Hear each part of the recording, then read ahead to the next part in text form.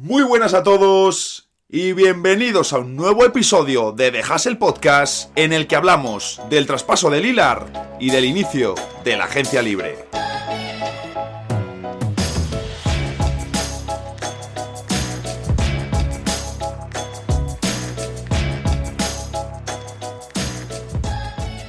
Como todos los años, ya está aquí ese fantástico momento del inicio del verano en el que tenemos fichajes, tenemos traspasos, por supuesto, algunos movimientos sorprendentes, también algunos jugadores que contradicen lo que dijeron hasta hace pocas semanas, equipos que rompen sus promesas, giros de guión de última hora y, como siempre, muchísimos debates y aspectos a revisar.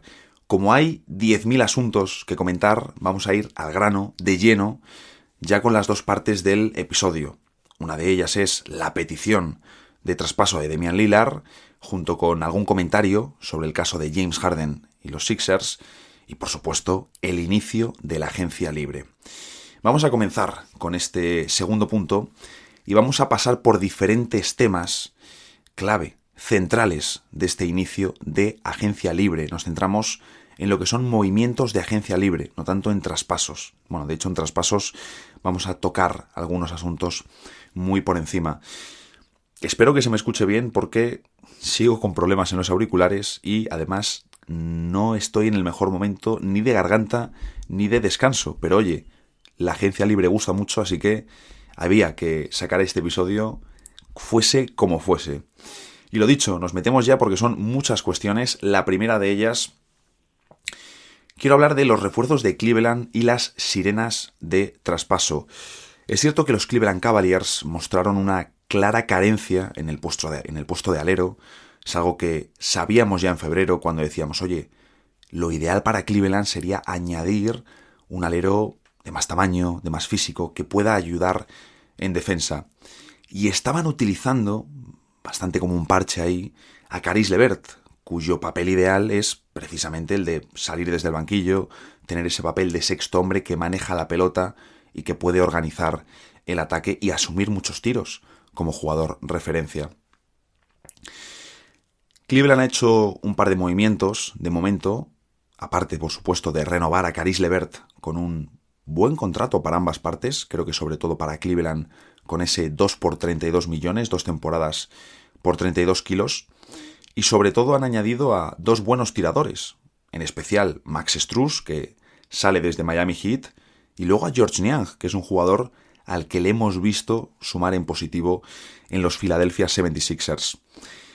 En especial, por supuesto, destaca el fichaje de Strus, ¿no?, que ha sido uno de los nombres fuertes de la temporada, llegando con Miami Heat a las finales de la NBA, y que me gusta mucho su fichaje para Cleveland. Entiendo que en este momento será el alero titular de la franquicia, que LeVert volverá al papel de banquillo, sería lo más lógico. Y también espero que Strus, en un rol más concreto, más de lo que debe ser, sinceramente espero un rendimiento más eficiente, porque en Miami Strus estaba sobreexplotado por las carencias del equipo. Me gusta la adición de Strus, me gusta la adición de Niang, pero parece que Cleveland no ha terminado, parece que Cleveland quiere hacer más. Hay cantos de sirena importantes sobre la posible disponibilidad de Jarrett Allen, según ha contado Mark Stein, y ya sabemos que es una de las fuentes más fiables de Estados Unidos. También se ha hablado de un posible traspaso de Darius Garland, pero esto a mí me parece un poco curioso. Es cierto que a lo mejor podrían querer darle salida en busca de otro alero, de añadir más tamaño, de centrar el playmaking en Donovan Mitchell y a lo mejor en Caris LeVert, pero a mí Darius Garland es un jugador que me fascina y me parecería un error cargártelo tan pronto, sobre todo cuando demostró encaje con Mitchell. Es cierto que en playoffs Cleveland ha sido una de las grandes decepciones, cayendo en esa primera ronda, aparte de por el resultado, por la forma en que lo hicieron, pero desde luego yo no me cargaría ya a Darius Garland. Y más allá de la adición de Max Strus, más allá de la adición de Niang, que es un jugador de banquillo con minutos más limitados, me sigue faltando un alero defensivo. Uy, que me trabo ahí. Me sigue faltando un alero defensivo de más tamaño. porque sí tienes a Isaac Okoro, pero necesitas más tamaño. Como digo, de momento Cleveland bien las adiciones que han hecho, a buenos precios, a precios razonables, pero, de nuevo, parece que quieren hacer más cosas. Nos guardamos la papeleta de Cleveland como un posible protagonista para las próximas fechas, protagonista incluso inesperado, ¿no? Porque después del primer año de proyecto con Mitchell, dinamitar todo un poco sería cuanto menos sorprendente. Como digo, lo de Jarrett Allen me ha llamado la atención porque, aquí lo he comentado en varias ocasiones, es la verdadera piedra angular de la defensa de Cleveland y sin él Evan Mobley sufriría mucho más. También es cierto que en playoffs vimos problemas, pero creo que se deben solucionar desde la pizarra, desde el entrenamiento y desde el trabajo, no desde un traspaso, porque está ahí la madera y ya lo hemos visto.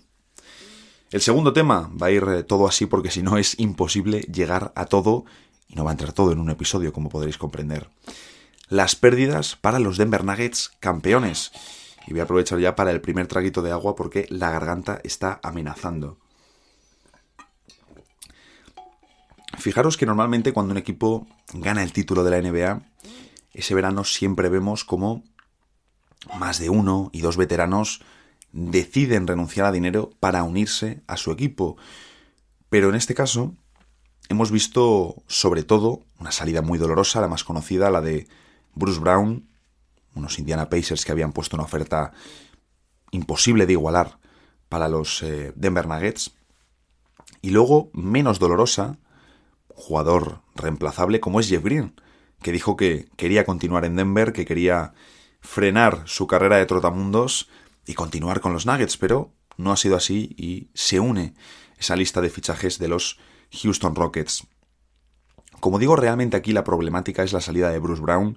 Lo hablamos aquí durante los playoffs, como Denver Nuggets solo jugaba con 6 jugadores, ¿no? Luego pues entraba Christian Braun, entraba Jeff Green, entraba quien fuese en función de la serie, pero el núcleo eran 6 jugadores. Perder a Bruce Brown es un golpe doloroso. Ahora, ¿qué han hecho los Denver Nuggets en la agencia libre después de coronarse como campeones? Renovar a DeAndre Jordan por un año y el mínimo, faltaría más, jugará poco, no hay problema, es decir, se ha marchado Thomas Bryant, que era algo previsible, viendo el escaso bagaje que ha tenido desde que llegó traspasado vía Lakers. Y luego lo que sí que me ha llamado poderosamente la atención ha sido la renovación de Reggie Jackson. No de por sí renovar a Jackson, que es otro jugador que apenas ha tenido minutos en la rotación de Mike Malone desde que llegase en febrero, después de ser traspasado y cortado, sino que me llama la atención la cantidad económica. 2 años por 10,25 millones, con opción de jugador para el segundo. Muy sorprendido por el salario, porque, al igual que digo, oye, DeAndre Jordan, bueno, sabemos lo que es DeAndre Jordan, habrá partidos que juegue un poco más, en general jugará poco, pero un año y el mínimo no hay problema. Ahora, 10 millones, 2 años para Reggie Jackson y encima darle opción de jugador. Es sorprendente, quizás esperan que pueda ocupar el hueco de Bruce Brown, pero no son el mismo perfil de jugador. Y a Reggie Jackson no le hemos visto, ni mucho menos al nivel de Bruce Brown en este último par de temporadas. Quizá puede ser por influencia en el vestuario, siempre han hablado muy bien los compañeros de Reggie Jackson, en general en Denver Nuggets y en anteriores equipos, sobre todo en Detroit Pistons, también en Clippers, ojo, pero, como digo, me ha llamado mucho la atención esta renovación de Reggie Jackson. Por supuesto, lo más claro, lo más obvio, es pensar en un nombre, cuando hablamos del verdadero reemplazo de Bruce Brown, un nombre que además ya forma parte de la plantilla de los Denver Nuggets y que se ha coronado campeón este año. Por supuesto, hablo del novato, de Christian Braun, pero ¿puede ocupar ya el hueco de Brown? Porque también son perfiles distintos. Estoy hablando de Brown y de Brown, Bruce Brown y Christian Braun. Christian Braun, el rookie, le hemos visto hacer un juego más enérgico, más vertical al aro y sobre todo más sin balón. Mientras que Bruce Brown sí que ha tenido mucho tiempo la pelota en sus manos. Oye, quizás Denver confía en dar ese paso adelante y que Christian Braun asuma más protagonismo. pero me parece arriesgado. De momento, los Nuggets campeones tienen peor plantilla que con la que se coronaron campeones hace escasas fechas. Tercer tema, el mismo que ya comentamos en el episodio del draft. ¿Quién será el pívot de Dallas Mavericks? De momento está yendo por el camino indicado la agencia libre, en el sentido de, ya comentamos los movimientos que hicieron en la noche del draft, pero lo primero y por donde pasaba todo, renovar a Kyrie Irving, que se daba por hecho, perfecto, ahí ponemos el check. Luego, renovar a Dwight Powell a la baja, perfecto, ponemos ahí el check, perfecto, al final es una influencia positiva y es el jugador de más experiencia en la plantilla en Dallas, entonces tiene que seguir, me parece bien que siga, también asumiendo un rol más reducido. Y luego una vuelta que seguro alegrará a Luka Doncic más allá, independientemente del nivel que ofrezca Seth Curry. Veremos cómo está a nivel físico, es la gran clave. En Brooklyn Nets hemos visto luces y sombras, tanto en rendimiento como en importancia en la rotación, momentos que Seth Curry se caía, pero, de nuevo, es uno de los jugadores exteriores con los que mejor se ha entendido Luka Doncic en toda su carrera en la NBA. Por lo tanto, es una buena adición, pero no excesivamente diferencial. La pregunta con Dallas vuelve a pasar por lo mismo. ¿Quién va a ser el pívot titular? Porque, aparte de Lively, conseguido en el draft, aparte de Richaun Holmes, traspaso en la noche del draft, tienes también ahora atado a Dwight Powell. ¿Va a jugar Powell en el 4? Me suena un poco extraño aquello, ¿no? Pero entonces ya tienes a los tres pivots. Vas a afrontar toda la temporada con Holmes, Lively y Powell. Es complicado. Y tampoco has añadido un alero de momento fiable. Es cierto que en la noche del draft también hiciste movimientos por ahí, pero vamos a ver qué sucede. Lo bueno es que tienes ya el check de Kyrie Irving, que de nuevo se daba por hecho. Pero Dallas con mucho trabajo todavía, ya no solo en esta agencia libre, sino para conseguir que su equipo sea un verdadero equipo candidato. Y llegamos, eso era la botella, esos ruidos extraños. Me noto la garganta especialmente comprometida hoy. Especialmente comprometida. No sé cómo estarán los seguidores de Houston Rockets con lo que está siendo la agencia libre del equipo y sobre todo ese cambio de guión radical que han pegado los Houston Rockets este verano. Por supuesto, sabemos que los fichajes más comentados, Fred VanVleet y Dillon Brooks. La pregunta es esa, ¿aciertan los Houston Rockets? ¿Aciertan los Houston Rockets? Es decir, entendemos perfectamente hacia dónde van los tiros. ¿Mejoras la competitividad al corto plazo? Perfecto. ¿Sobrepagas a VanVleet? Sí. ¿Sobrepagas a Dillon Brooks? Sí. Me ha sorprendido enormemente, por cierto, que Dillon Brooks haya recibido una oferta de 20 millones por parte de Houston. Quiero pensar que se ha ido a los Rockets porque, aparte de ese salario, pues quizás le han prometido un rol, pero no me esperaba yo, después de los playoffs que vimos, que ningún equipo en su sano juicio le fuese a ofrecer 20 millones por año a Dillon Brooks. Claro, la pregunta es, mejoras en competitividad, pero ¿hasta dónde vas a llegar en un oeste absolutamente salvaje? Es cierto que... Ahí está la garganta comprometida. Es cierto que VanVleet viene de un año bajo, de un año complicado, difícil, en general en Toronto. Han salido el entrenador y una de tus referencias, Pascal Siakam, en rumores de traspaso, por cierto. Se ha hecho viral que Scottie Barnes ha dejado de seguir a Fred VanVleet en Instagram. Estas cosas no son casualidad, no es morbo, me refiero, es algo real. Al igual que Jordan Poole, en cuanto se ejecutó su traspaso a los Wizards, una de las primeras cosas que hizo fue dejar de seguir a Draymond Green en Instagram. Esto no es algo de teorías conspirativas, no. Esto es algo real. Y es evidente que este año en Toronto ha habido bastantes cosas que no han funcionado y se venía hablando, no es algo de final de temporada, se ha estado hablando durante todo el curso en los Raptors. Yo quiero confiar en que un jugador como VanVleet sí que va a recuperar sensaciones. Me decían por Twitter que es que VanVleet ya está mayor. Tiene 29 años. Y no es un jugador que tire especialmente del físico. Entonces, yo quiero pensar que VanVleet va a ayudar a Houston Rockets. Luego, por supuesto, vamos a ver cuál es el trabajo de Ime Udoka, cómo termina de ensamblar la rotación del backcourt, donde también cuenta con mucho talento joven, con muchas joyas a las que tienen que desarrollar. Recordemos, un base elegido también en la noche del draft. Hay muchos jugadores en el perímetro para Houston Rockets. El oeste es durísimo, pero durísimo. Es que justo ahora me ha abierto aquí la clasificación.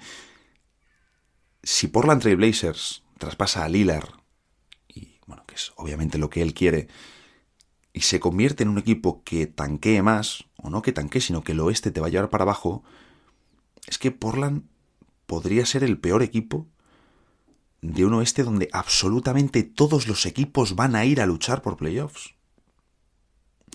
Un escándalo lo de este año. Pero volvemos a lo mismo. ¿Hasta dónde te va a dar siendo los Houston Rockets? Por ejemplo, Dillon Brooks. A ver, Dillon Brooks está bien y va a aportar. Aquí hemos hablado de cómo le expusieron en playoffs. Hay jugadores más de playoffs y jugadores más de temporada regular. 20 millones por Brooks me parece excesivo. Excesivo. ¿Qué les va a sumar? Sí, sobre todo en defensa en temporada regular. Los Rockets fueron un auténtico desastre. En general, en todos los aspectos la última temporada. Ya lo he dicho varias veces que para mí fueron el peor equipo de la liga. Pero a nivel defensivo necesitan mejorar sí o sí, y ahí Dillon Brooks sí que les va a dar un extra.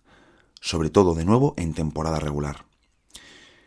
¿Cómo se convertiría Dillon Brooks en un jugador más aprovechable? Sobre todo, no tan negativo para su equipo. Más allá de comentarios que pueda hacer, sobre todo, aceptando que en ataque tiene que ser un jugador secundario. Aprender a no tomar ciertos tiros. Si hace eso, Dillon Brooks será mejor jugador.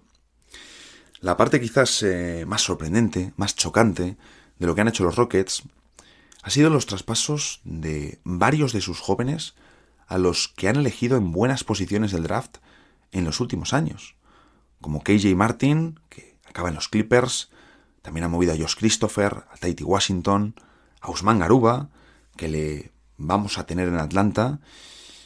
Veremos qué pasa ahí. Veremos qué pasa ahí en Atlanta Hawks, porque en Houston no hemos visto a Garuba jugar demasiado, pero es que en Atlanta la competencia que hay ahora mismo cuando estoy grabando es muchísimo más feroz. Hay muchísimas más opciones para los Hawks en esas posiciones. Claro, ¿qué ocurre? Que también Atlanta está metido de lleno en conversaciones de traspaso por varios de sus jugadores.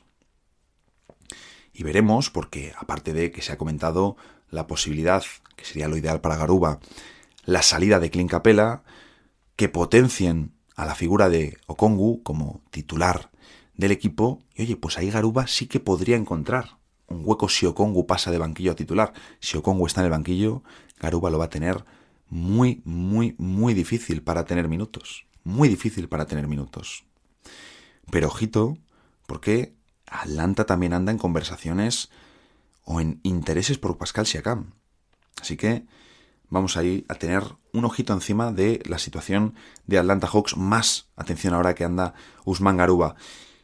Claro, todos estos traspasos de Houston, que a priori no tenían mucho sentido, dices, vale, hemos hablado de seleccionar jóvenes, de tener que mejorar, de querer competir más a corto plazo, pero ¿para qué vas a tirar a la basura elecciones del draft recientes que no son otra cosa que la recompensa a años nefastos, a años que se hacen extremadamente largos por la cantidad de derrotas y de desilusiones para los aficionados? ¿Por qué más de un periodista, bueno, sabemos que tenían la intención de fichar a Brook López, pero algún periodista de Estados Unidos, lo que pasa que luego uno de ellos ha borrado el tuit, ha dicho que incluso los Rockets tenían un acuerdo con Brook López, lo cual me encajaría por el hecho de haber movido a tanto joven. Me encajaría por ello. Pero, claro, no es una información que esté confirmada por un Bogdanowski, un Charania, en el momento que yo estoy grabando. Pero como digo, tiene sentido, y en ese caso lo que han dicho es que Houston no querría haberle hecho a Atlanta pues lo que le habría hecho Brook López a ellos, ¿no? Tirar el acuerdo por la borda. También porque imagínate, traspasas a Usman Garuba y que te vuelva luego al equipo. Seguro que estaría ilusionadísimo de reunirse de nuevo con los Houston Rockets. No pudieron firmar a Brook López. Como he dicho antes, se han hecho con Jeff Green. Regresa a los Houston Rockets y se han llevado a Jock Landale, el pívot australiano que tanto gustó con Phoenix Suns, en especial en el tramo inicial de temporada y luego en los playoffs, siendo una opción más fiable que DeAndre Ayton, algo que todavía resuena en mi cabeza y con lo que tengo pesadillas por las noches. Tremenda evolución la de Jock Landale. Llegó a Phoenix por la puerta de atrás, pero completamente por la puerta de atrás, en uno de esos movimientos sin ningún tipo de relevancia en el verano. Uno de esos movimientos que, si el podcast yo lo hubiese tenido hace un año, ni hubiésemos comentado. Y si lo hubiese comentado, seguramente hubiese sido a modo de crítica de, oye, ¿qué hacen los Phoenix Suns dejando marchar a Javal McGee, que ha dado un rendimiento notable como pívot suplente, para no fichar a nadie y traerse a Jock Landale? Esa hubiese sido seguramente mi crítica, seguramente. Y ahora Landale firma 32 millones por 4 temporadas. La verdad que me alegro mucho por él, aunque su salida me ha dolido especialmente. Los movimientos de Lakers, bueno, uno de los ganadores más claros del mercado, porque al final mantienen el núcleo, pero lo mantienen a bajo coste, con las renovaciones de Reeves, Hachimura y Russell, más las adiciones de Gabe Vincent, Taurean Prince y en menor medida Cam Reddish y Jackson Hayes. Hachimura muy bien, 17 millones de media al año, perfecto, un jugador necesario y sobre todo lo que hemos comentado aquí en varias ocasiones. Los Lakers no pueden depender de que LeBron sea el alero físico por excelencia del equipo. Necesita tener otro alero atlético al lado que pueda ir al 3 y al 4. Y ahí Hachimura es obligatorio. Así que me alegro de su extensión porque es necesario para que los Lakers sean más competitivos. Luego está el tema de D'Angelo Russell, que es cierto que se ha rebajado muchísimo la ficha. 2 años, opción de jugador, una media de 18,5. Es una rebaja salarial muy bestia. Y evidentemente, si él acepta esa oferta, es porque él es perfectamente consciente del nivel que ofreció, en especial en los playoffs, donde le vimos gris y donde tuvo momentos realmente muy malos. Pero me parece una renovación necesaria para los Lakers. Necesaria para los Lakers. Luego otra cosa es que en febrero le puedas traspasar. Pero eso ya es otra cuestión. Por supuesto, lo de Austin Reeves, para sacarse el sombrero. Para sacarse el sombrero. Estábamos hablando incluso de a ver si Reeves se marchaba, si les iba a pasar como con Caruso, que si San Antonio Spurs iba a ofrecer 24 millones de salario anual. ¿Que cuánto iba a firmar Austin Reeves? Si no iba a pasar de infravalorado a sobrepagado. Y le han firmado por 14 millones de media. 14 millones de media, es que es una de las gangas más clarísimas de este mercado. Pero clarísimas, o sea, una cosa, de verdad, de las noticias de este mercado que más me han impresionado por no haberla visto venir por ningún lado. Luego tengo que decir que me gusta el cambio de Vincent por Schroeder, aunque Schroeder hizo un gran papel en temporada regular, ofreció un notable rendimiento defensivo. Es cierto que luego en playoffs quedaba un poco más limitado en función del rival, tuvo series en las que tuvo más problemas, pero oye, muy buena temporada la de Schroeder. Me parece una apuesta interesante la de Lakers, la de dejar marchar a Schroeder para firmar a Gabe Vincent, un jugador que me parece más regular, con una gran toma de decisiones, más juego sin balón y un buen ritmo de juego. Es el típico role player que funciona al lado de LeBron James. Por cierto, hemos visto a Vincent meter bastante de fuera en estos playoffs, pero es cierto, y lo vimos la pasada temporada, y se ve mirando sus números, que no es tampoco un tirador excepcional. Vamos a ver cómo evoluciona esto ahora que va a llegar a unos Lakers que tiran mucho menos triples que Miami Heat, que era un equipo que lo hablábamos, dependía muchísimo de tirar triples, y sobre todo donde la atención de la defensa la van a tener otros jugadores. Me diréis, oye, pero él en Miami no era la estrella. Hombre, desde luego en Miami tenía una jerarquía que en estos Lakers a priori no va a tener. Bueno, a priori sin el a priori. Dato ventajista, completamente, el que voy a soltar ahora, ventajista por el caso de cada uno de los equipos, pero me llamó la atención. Los Lakers tienen a Vincent, Russell y Reeves por menos del salario de Fred VanVleet esta temporada en Houston. Los tres de los Lakers suman 41,9 millones y VanVleet 43. Lo dicho, no es para que, qué bien los Lakers y qué mal los Rockets. Es el caso de cada uno de ellos. Los Lakers vienen de unas finales de conferencia y pretenden repetir como mínimo, ser otra vez candidatos, mientras que los Houston Rockets tienen que sobrepagar para llevarse a un tío como Fred VanVleet. Ahora esto se ha hinchado mucho. Se ha hinchado, a ver si voy a tirar el micrófono. Se ha hinchado muchísimo el tema de los salarios en la NBA. Se viene hinchando desde hace 10 años. Pero, por ejemplo, Ricky Rubio, cuando se marcha a los Phoenix Suns, en parte se marcha a los Phoenix Suns porque le sobrepagan un poco más para que se vaya con ellos. Si no, si Phoenix no sobrepagaba a Ricky Rubio no se hubiese ido a los Phoenix Suns. Por cierto, damos por hecho que Russell va a ser titular, pero según The Athletic, Vincent puede ser el base que abra los partidos de los Lakers, con lo que pasarían a D'Angelo Russell al banco. ¿Cuándo van a decidir esto? En el training camp. ¿Qué ocurre? Que lo ideal sí que sería tener a Vincent de inicio y a Russell desde el banco, que es un perfil más anárquico, pero quizás lo hubiese sido con el LeBron de hace un par de añitos. No te digo con el de 28, 29, no, el de hace un par de añitos. Este último año, que le hemos visto sufrir más, no poder siempre con el rival, necesita apoyo en la generación, necesita apoyo en el playmaking. Y ahí, importante el apunte de The Athletic, los Lakers van a invertir más en Reeves como generador del equipo, lo cual es un acierto y realmente una obligación viendo la plantilla que tienes, aunque la clave como siempre pasa por Anthony Davis. Les queda un hueco en la plantilla. Lonnie Walker ya ha firmado con los Nets y Malik Beasley despierta el interés de media liga. La realidad es que tienen que firmar un pívot. Se habla de las potenciales vueltas de o Tristan Thompson o de Mo Bamba. Hombre, lo ideal sería repescar a Mo Bamba por posibilidades, porque Tristan Thompson sabes lo que es. Está mayor y vamos a ver cómo manejaría una temporada entera. En playoffs le vimos jugar algunos minutos contra Jokic, lo hizo decente, pero evidentemente Bamba te sube el techo. No va a ser un tío que de repente juegue 30 minutos por partido, pero me genera más curiosidad.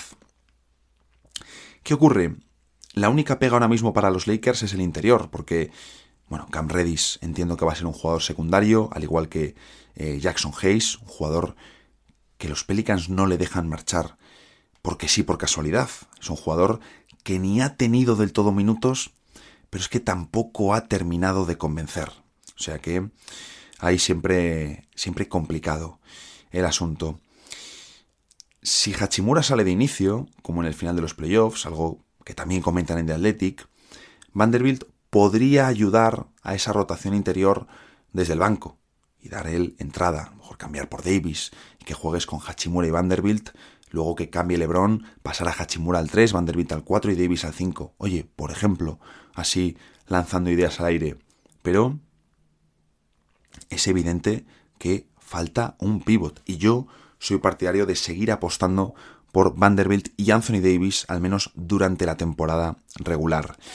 Miami pierde y gana mientras espera y hace hueco a Lillard. Sabemos que han movido a Víctor Oladipo, sabemos que han dejado marchar a varios jugadores, Vincent, Strus, Jurseven, también le han dejado marchar, y realmente han hecho tres cositas, pero tres cositas interesantes. La primera, la continuidad de Kevin Love, al que, le hemos visto sumar en positivo, y otro del que hablan maravillas de su influencia en el vestuario. La vuelta de Josh Richardson me parece muy interesante porque regresa al lugar donde mejor jugó después de varios años difíciles y de muchos cambios, traspasos, de seguro no sentirse tan valorado. Así que me alegro de esa decisión y de que ojalá podamos ver, aunque sea una parte, de ese Richardson que tanto nos maravilló en Miami Heat. Recordemos que salió en el Sing and Trade, que llevó a Jimmy Butler a Florida. Y luego Thomas Bryant. Thomas Bryant, además, con un salario muy bajo, muy bajo. Es cierto que a nivel defensivo es un jugador con problemas. Quiero pensar que la cultura Heat le ayudará, como si se tratase de algún hechizo, ¿no? O una pócima que te hacen tomar y al momento ya cuentas con todas las características que quieren Pat Riley y Eric Spoelstra en un jugador, que no es una estrella, o no es tratarse de una estrella, sino que te dejes la piel en defensa, que luches pensando siempre en el equipo. Pero al final, más allá de estos retoques, van con todo a por Lillard. Es la pieza que necesitan si quieren de verdad competir por el título.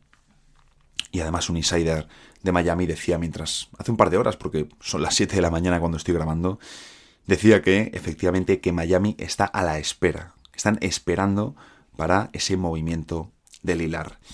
Luego he añadido aquí un tema que no es como tal de un equipo, pero que me parecía interesante. Las euroestrellas. Micic a Oklahoma. Tengo ganas de verle, muchas ganas. 23 millones y 3 años, un poco más de 7 millones de media.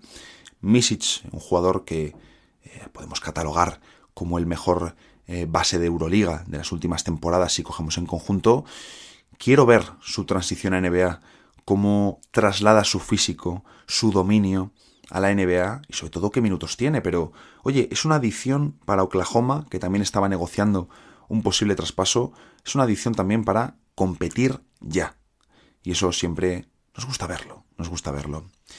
Luego el otro gran fichaje, otro MVP de Euroliga, como es Sasha Vezenkov, que firma con los Sacramento Kings, un salario muy similar al de Micic, 3 años por 20 millones, y lo que supondría Vezenkov en Sacramento es que en principio Nikola Mirotic firmaría con Olympiacos, el equipo que le ofrecería más dinero.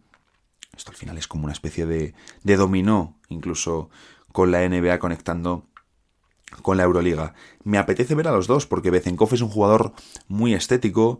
Con él tengo más dudas respecto a la adaptación. Vamos a ver qué tal. Pero a mí siempre me encanta ver cómo estrellas de Euroliga se adaptan a la NBA. Y luego un antiguo pick muy elevado del draft. Un jugador que en su vuelta a Europa por lo menos ha dejado un gran rendimiento como es Dante Exum. Hablábamos antes de Dallas. Bueno, pues oye, nuevo base, nuevo aliado para Luka Doncic.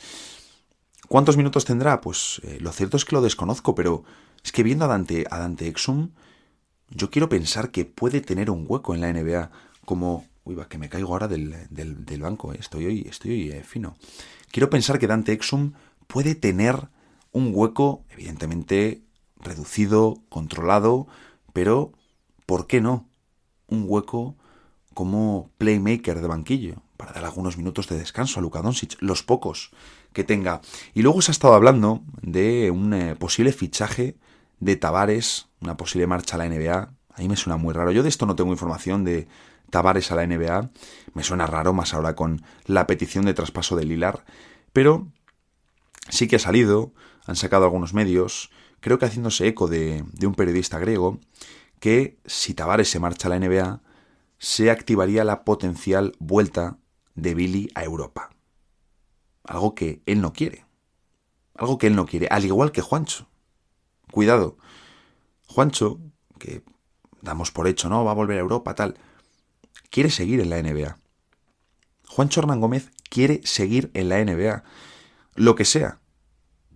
A mí me gustaría verla en Europa. De verdad. Y luego veremos en qué queda la cosa, porque para mí allí se le acaban las opciones, pero, oye, quizás algo cae. No sé nada de equipos interesados en este momento. También Juancho no es prioritario en el mercado, aunque en el pasado, hace no mucho, no esta temporada, pero sí la anterior, Philadelphia 76ers y Denver Nuggets le querían incorporar. O sea que, oye, imagínate, eres Denver Nuggets, se te marchan varias piezas, ¿por qué no firmar a Juancho, oye, y meterle en el banquillo? O si eres los Sixers, que también han sufrido la baja de McDaniels, la baja de Niang. Por probar no pierdes nada. Y Juancho no va a venir demandando minutos. Él los va a querer, pero no los puede demandar viniendo como viene. Pero como digo, ninguno de los Hernán Gómez quiere dejar la NBA, por mucho que yo especialmente a Juancho me gustaría ya verle en la Euroliga. ¿Cómo acompaña Phoenix a sus estrellas? Es el penúltimo punto de la parte de agencia libre y básicamente, madre mía, cómo estoy hoy, la maldita garganta no me deja hablar hoy de la agencia libre, fijaros. ¿Cómo acompaña Phoenix a sus estrellas? Lo cierto es que ha habido buenos movimientos en Phoenix Suns. Tenemos las renovaciones de Josh Okogie, que entiendo va a ser titular como el 3 del equipo, junto a Devin Booker, Bradley Beal, Kevin Durant y DeAndre Ayton. Perfil defensivo, además, que le va a encantar a Frank Vogel. Otra cosa es, ya veremos lo que sucede en playoffs. Y Damian Lee, un tirador que, oye, para el banco en temporada regular está bien. Para playoffs, Y es cierto que se ha ido Landale, como hemos hablado antes, una baja que a mí me ha fastidiado, pero lo cierto es que el equipo está casi cerrado. ¿A quiénes ha sumado? Eric Gordon. Eric Gordon, esta no me la esperaba. La adición de Eric Gordon me parece muy, muy interesante. Con todos los anotadores que tienes, no va a tener un papel, digamos, como el que ha tenido en los Clippers, en estos playoffs, donde sin Kawhi y sin Paul George ha tenido que asumir muchísimo balón. No va a tener que hacerlo. A lo mejor sí en temporada regular, cuando sea el líder de la segunda unidad, va a ir acompañado de Cameron Payne, un jugador que maneja la pelota a su antojo, o la manejaba con el anterior entrenador, con Monty Williams, veremos Frank Vogel, pero lo de Eric Gordon no me lo esperaba, ha rechazado ofertas más lucrativas y también intereses de Golden State y de Milwaukee Bucks. Jugador que va a tener una gran oportunidad de anillo, ya lo estoy gafando, y que además Eric Gordon en 2012, cuando era agente libre restringido, firmó con Phoenix Suns. Y desde entonces, en varios momentos, ha habido también rumores de traspaso intensos de Eric Gordon a Phoenix. Pero nunca ha llegado. Pues una década después llega Eric Gordon a Phoenix. Yuta Watanabe. ¡Boh! Qué feliz me puse el viernes por la noche cuando vi esta noticia, la noticia del fichaje de Watanabe. Top. Necesitábamos a Yuta Watanabe. Y tengo aquí algunos datos que compartí por Twitter el otro día, del que ha sido uno de los mejores tiradores de la temporada. Yuta Watanabe ha promediado en el último curso un 44% en triples con 2,3 intentos en 16 minutos, es decir, un volumen elevado para el tiempo que estaba en cancha. Evidentemente tú tienes a Watanabe y sabes que es un tirador. Cada vez que pueda lanzar lo va a hacer. Y de hecho, también vimos a Kevin Durant alimentar al japonés y tenían buena relación. Ha sido también clave para que se quisiese sumar al proyecto. Otro dato muy importante, 51,4% en triples desde las esquinas. Esto va a ser fundamental porque va a jugar mucho. El de 3, Durant de 4, he dicho lo mismo, pero ya me entendéis. Cambiando posiciones, es decir, va a ser clave tener un tío que sea letal desde las esquinas y Watanabe lo es. Casi un 46% en triples en catch and shoot este último curso. Era lo que teníamos que meter en el equipo. Luego, Keita Bates-Diop, que viene desde San Antonio. Yo le tenía como uno de los jugadores bajo el radar de, oye, este chico lo puede hacer bien. Este jugador tiene tamaño, tiene rebote, ha mejorado con el lanzamiento exterior. Oye, a mí me gusta. Para el 3-4 incluso lo que siempre he comentado de que la mejor versión que hemos visto siempre de los equipos con Kevin Durant es con KD, acompañado de otro forward en small ball, pues Bates-Diop no me desagrada en absoluto para esos tramos. Incluso, oye, que quiero más defensa, más rebote, quiero una alineación más rocosa, pongo a Durant y a Bates-Diop. Que quiero más ataque porque quiero más tiro, quiero más talento, quiero coser al otro equipo, pongo a Yuta Watanabe. Lo tengo muy claro. Y luego más para el puesto de 5, entiendo. Bueno, Drew Evans seguro, que viene desde Portland. Y Chimezie Metu. Metu tengo el feeling de que no va a jugar prácticamente, de que va a ser el tercer pívot del equipo. Y Eubanks veremos, porque es un tío que ha tenido que ser, por obligación, titular en Portland en muchos más partidos de los que debería, por la lesión de Jusuf Nurkic. Y hombre, lo cierto es que ahí se quedaba muy corto. se quedaba muy corto, las cosas como son. Para el banquillo, minutos reducidos, tal, vamos a ver. Yo lo que le vi en Portland no me convenció, pero claro, de nuevo, está saliendo de titular completamente fuera de posición. Lo raro hubiese sido que lo hiciese bien. El caso es que Phoenix ahora mismo ya tiene 15 jugadores. 15 jugadores en plantilla. ¿Habrá algún corte? Bueno, se está hablando de posible corte de Isaiah Todd, que es uno de los jugadores que llegó en el traspaso de Bradley Beal, porque hay interés en varios jugadores. Tenía apuntado el interés en Malik Beasley, que, como digo, tiene a bastantes equipos de la NBA detrás, pero mientras estaba preparando el guión, ha contado Chris Haynes, que también es cierto que últimamente falla bastante, o informa a propósito de cosas que no son reales. Ha dicho que Darren Collison ha entrenado con los Phoenix Suns y que ha dejado una buena impresión. Es cierto que tú en el banquillo solo tienes a Cameron Payne y a Jordan Goodwin. Tendría sentido añadir otro base. Tendría sentido. Sobre el equipo, es cierto que existen dudas del encaje Booker, Bill, Durant. Yo lo entiendo. Es lo que hablábamos un poco de las estrellas que se retroalimentan. En este caso no les hemos visto en acción. A priori no son los fits perfectos, tampoco son terribles. Pero sobre todo, para mí la cuestión pasa por cómo Frank Vogel va a construir el ataque. Porque es cierto que sus equipos a nivel ofensivo han solido tener problemas. O mejor dicho, los han tenido casi siempre. La clave, para mí muy claramente, pasa por reenganchar a DeAndre Ayton. No hay más opción. Y si en enero o febrero Ayton no está ofreciendo un buen rendimiento o Frank Vogel no tiene sensaciones positivas, hay que cargárselo. Y traspasarle. Entiendo que ahora, para hacer un traspaso flojo, que te dé activos malos y jugadores mediocres, entiendo que no lo hagas. Seguro que Vogel está deseando trabajar con Ayton. No tengo duda. Y también se ha marchado Monty Williams, que era el entrenador con el que pues Ayton había tenido sus problemas. Pero si en enero o febrero no ha funcionado, hay que traspasarle. Bien, el último punto que me he apuntado, antes de hablar un poquito de Lillard, se me ha ido de tiempo muchísimo esto, pero bueno, es el mercado y la agencia libre y lo merece. Las mega extensiones.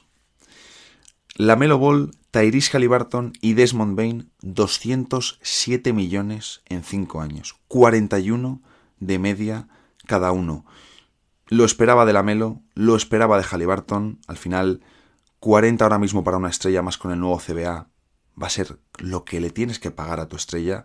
LaMelo es la figura de Charlotte, Haliburton es la figura de Indiana. Perfecto. Sí que me ha sorprendido que lo haya firmado Desmond Bane.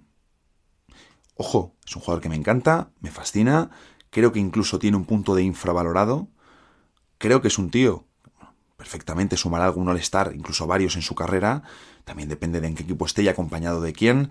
Si están Morant y Jackson Jr., pues Memphis ya tiene ahí prácticamente 2 representantes clavados para mucho tiempo. Bueno, este año que Morant se pierde bastante temporada, no debería acudir al All-Star, por pérdida de partidos. Es el momento, ¿no?, para que Desmond Bane se hinche. Aún así me ha sorprendido porque son 41 de media y oye, pues me ha impactado, ¿no?, que sea para Desmond Bane esa cantidad. Luego también hemos tenido la de Kristaps Porzingis, 2 años y 60 millones, 30 cada año, que viendo cómo está el mercado, viendo cómo funciona Boston, cómo trabaja con este perfil de pivot, puede quedar hasta en una ganga. Veremos. Y luego Domantas Sabonis, que ha sido la mayor extensión, renegociado y extendido, para básicamente firmar o acumular, mejor dicho, 5 temporadas de contrato y 217 millones, a 43 de media por curso. A ver, Sabonis ha hecho un año impresionante, es cierto que en playoffs sufrió más, pero eres Sacramento, te has metido en playoffs rompiendo la peor racha de la historia del deporte norteamericano, y Sabonis ha hecho un año que desde luego le tendrá o andará seguro entre los puestos, o debería en cuanto a rendimiento, entre el 8 y el 5 en la carrera por el MVP, a lo mejor, entre el 8 y el 6 andará por ahí Domantas Sabonis. No hablo de la votación oficial, ojo, hablo de una carrera. Si tú sacas por mérito, por rendimiento, posición del equipo, Sabonis está muy pero que muy arriba. Y luego la última, que ha sido la de Jordan Clarkson, también renegociado y extendido. 3 años que entran después de la próxima temporada. 3 años por 55 millones. Tiene ahora 31 y va a firmar, o firma, 18 de media. Me gusta mucho. Me gusta para Utah porque a Clarkson le vemos muy bien integrado. Es el equipo donde está ofreciendo el mejor rendimiento de su carrera deportiva, también coincidiendo con sus años de plena madurez. Y aunque sigue siendo ese perfil de base microondas, en ocasiones egoísta, de mala toma de decisiones con el tiro en ocasiones, porque es capaz de enchufar y meter y entrar en trance como pocos jugadores hay de su perfil en la liga, es cierto que también ha mejorado como playmaker, como pasador, como floor general de un equipo. Y en unos Jazz que son jóvenes pero que también quieren competir, si no nos hubiesen traído a John Collins, pues oye, viene muy bien tener esto. Y de nuevo, que no funciona, es una ficha salarial de 18 millones. Chapó. Así que me gusta mucho la renovación renegociada de Jordan Clarkson por Utah.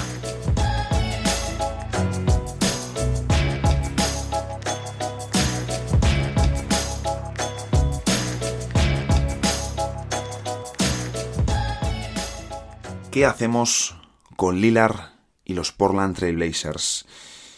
Lo cierto es que este es el verano para el cambio. Mejor dicho, el verano para que Lillard dé ese paso. Porque Portland quizás debió traspasarle. Hace un par de años lo dije en el pod del que hablábamos de Lillard. Hace unos meses, esa clasificación de Portland a las finales del oeste de 2019 le vino fatal al proyecto. Alargaron una agonía innecesaria.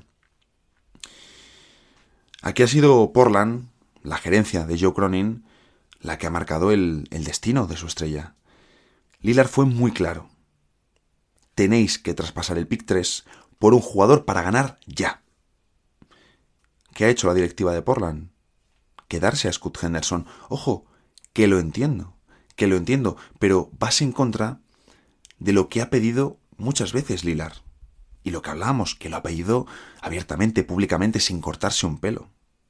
Y el caso es que después del draft, después de esa elección de Scoot Henderson, Lillard, su agente y Cronin tuvieron una reunión. Es cuando luego emitieron este comunicado en el que decían que iban a trabajar juntos y a seguir construyendo en Portland alrededor de Lillard. La realidad, que Lillard le dijo a Cronin que le daba unos días de margen para ver qué movimientos hacía y ahí tomar su decisión. ¿Cuál ha sido el movimiento de Portland en la agencia libre? Renovar a Jerami Grant por 160 millones y 5 años. Debo decir que sí, es cierto, es menos de lo que parecía en un principio. Se estaba hablando de que Jerami Grant quería un contrato de por encima de 40 millones, que quería un contrato muy loco. Y oye, pues le has sacado por menos. 32 millones de media al año. Dices, oye, pues tal y como está la liga ahora mismo, puede parecer hasta poco, pero no lo es. Me parece uno de los peores acuerdos de toda la agencia libre. Aunque, de nuevo, no es tanto dinero, y seguro que algún equipo se lo quiere llevar más adelante, yo lo pienso. Tú eres Lillard, que había pedido Lillard la renovación de Jerami Grant. Pero imaginad que eres Lillard. Yo me imagino siendo Lillard yo mismo. Obviamente no me puedo meter en su cabeza porque no sé lo que le pasa por la cabeza, pero yo soy Lillard. Veo que Portland, que no es el equipo con más activos ni con mayor margen salarial, cuando le he dicho a la directiva, oye, os doy un par de días para ver lo que hacéis y decidir si os digo que me voy, básicamente, porque os dije que traspasaseis el pick 3 y no me habéis hecho ni puñetero caso, si el primer movimiento que hacen es firmar a Jerami Grant por 160 millones, es que no hace falta ni que me hagan el traspaso. Cojo las maletas y me voy directo al aeropuerto. Pero directo. Es que si tú eres Lillard, con el contrato que tú tienes, ves ese contrato de Grant llegar, más lo que hay, sabes que no tienes margen para reforzarte lo suficiente como para competir con el oeste.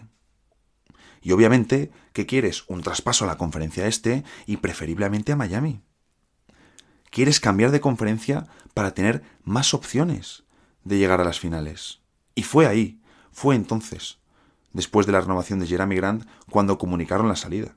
Había críticas, no, oye, pero es que Portland ya ha comprometido el dinero, a lo mejor Jerami Grant ha dejado millones encima de la mesa para que Lillard se quedase y tratar de tener algo de margen. A mí personalmente Jerami Grant, que me gusta, es un buen jugador, 32 millones me parece absolutamente excesivo, y Lillard sabe que su salario más el suyo más lo que hay significa un margen mínimo. Y te plantas el año que viene con el mismo equipo más Scoot Henderson. ¿Va a ser esa la diferencia para meterse, ya no te digo ni en unas finales, en una segunda ronda del oeste, de este oeste, que va a ser una auténtica carnicería? Ni de coña, ni de coña.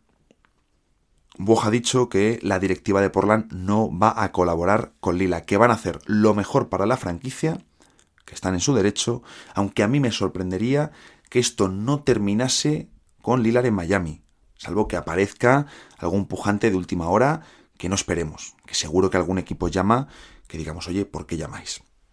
Pero sobre todo se está citando, y que además son los que a priori tendrían más sentido, se está citando, por ejemplo, a Brooklyn, que es cierto que puede poner el mejor pack sobre la mesa por Lillard, pero, oye, ¿para qué quieres a Lillard?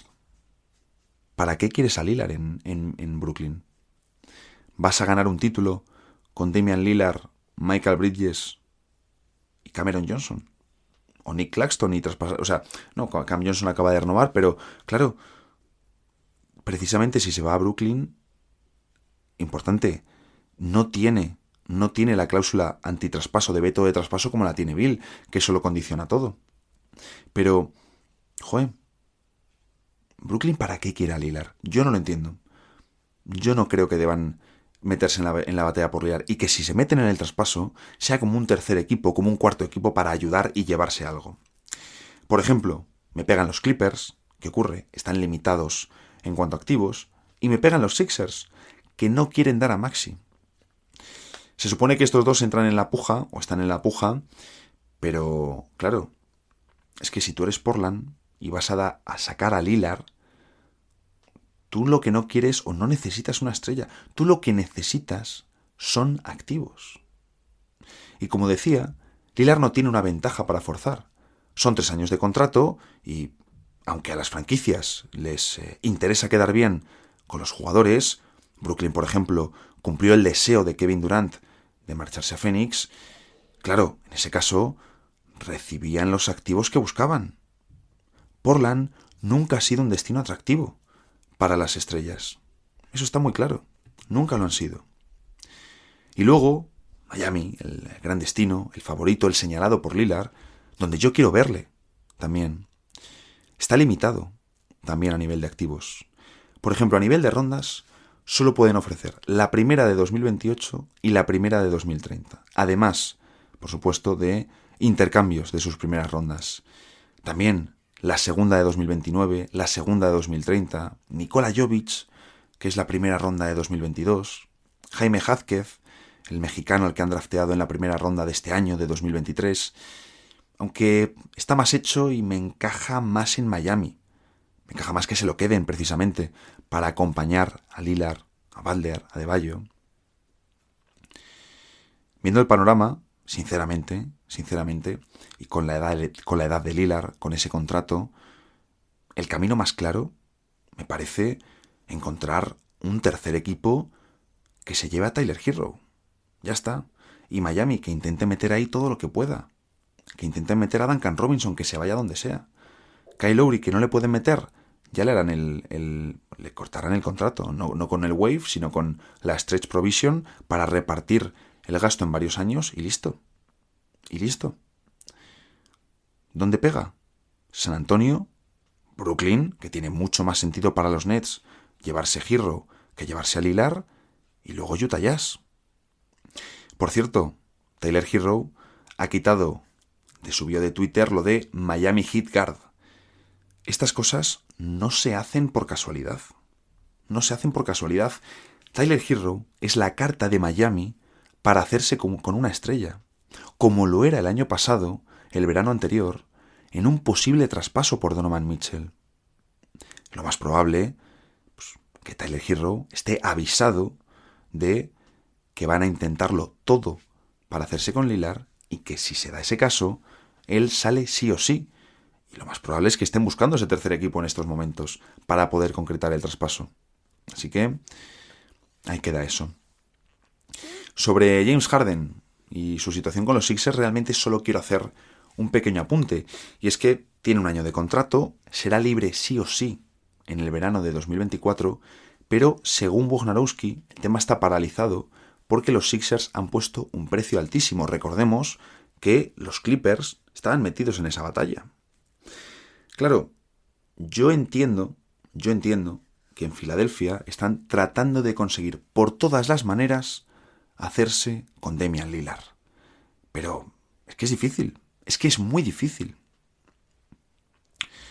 Sí que me ha matado, esto no está tan estrechamente relacionado con James Harden, pero sí con los Sixers. Declaraciones de Jaden Springer, jugador que lleva 2 temporadas en la NBA, 2 temporadas en Filadelfia, y bueno, pues después de sus primeros entrenamientos con Nick Nurse, el nuevo coach de los Sixers, dijo lo siguiente: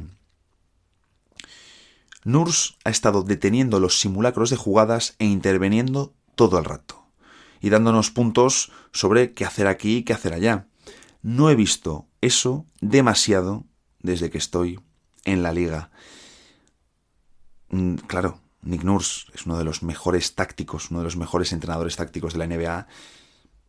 Y bueno, pues un entrenador que ha sido el técnico de Springer en sus 2 primeros años, que empieza por D y todos sabemos quién es, quizás ahí no hacía tanto énfasis y ha sido punto de ruptura, precisamente con James Harden.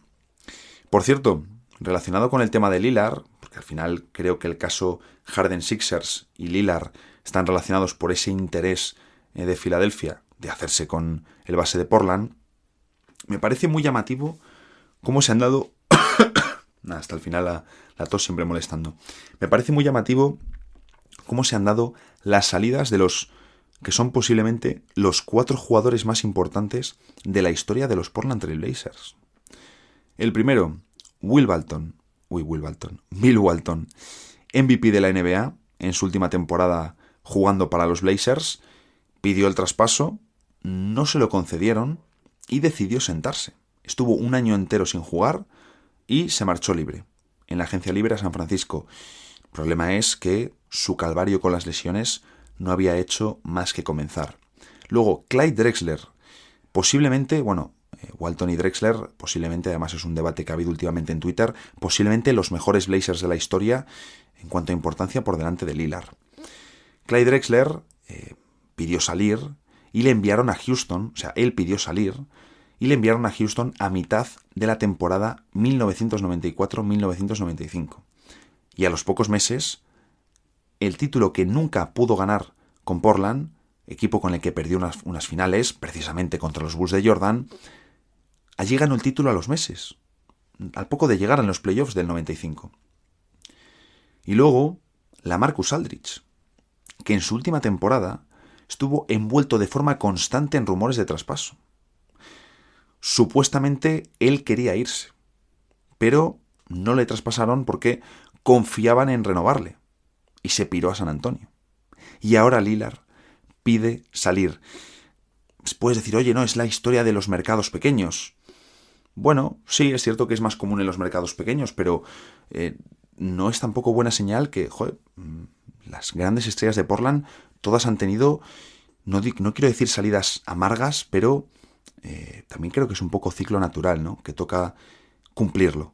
Y el de Lillard, para mí, claramente está más que cubierto. El miércoles seguiremos con más mercado porque hay muchísimo, como habéis comprobado y como sabéis de sobra.